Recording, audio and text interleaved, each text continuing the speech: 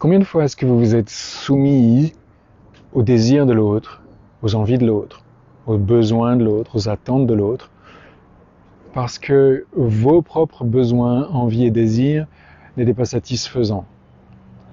C'est-à-dire que vous souhaitiez entrer en intimité avec quelqu'un, recevoir de la reconnaissance, de la confiance, de la gratitude, pouvoir enfin avoir une expérience en communion avec quelqu'un, mais comme vous fonctionniez à partir des attentes, de ce que vous aviez déjà connu, déjà expérimenté, déjà conçu, soit ça fonctionnait et puis ça ne satisfait pas vraiment, soit ça ne marche pas du tout et ça ne nous satisfait pas non plus. Est-ce qu'à partir de là, vous avez choisi donc de vous soumettre à ce que l'autre lui attend et désire?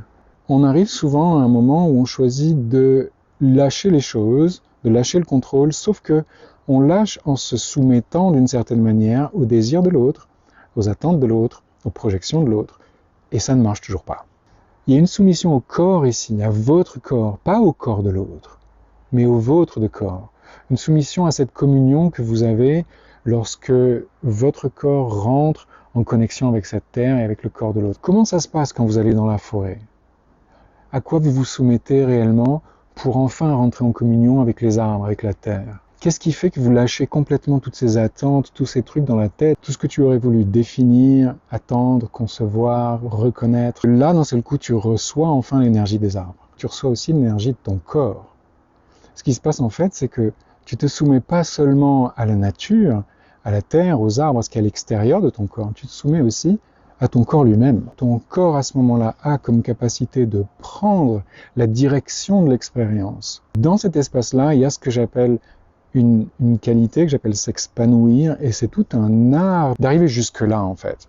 Et à partir de là, ce qui se passe, cette capacité qu'on a à rentrer en communion, non seulement avec son corps, mais avec la terre, et puis avec le corps de l'autre, et avec l'être de l'autre, c'est quelque chose d'absolument extraordinaire. On va commencer une nouvelle fois 3 jours de classe demain matin, une découverte toujours nouvelle, toujours intense, douce, puissante de ce dont on est vraiment capable ensemble. C'est une manière de ne plus trouver d'excuses pour se séparer et commencer enfin à célébrer ce qu'on peut être lorsqu'on rentre en communion avec l'autre, que ce soit quelqu'un avec qui on souhaite avoir une intimité ou pas. Parce que la connexion, elle est là. On commence demain matin à 10h, c'est à Moudon en Suisse romande. Et c'est aussi en ligne. C'est aussi en ligne.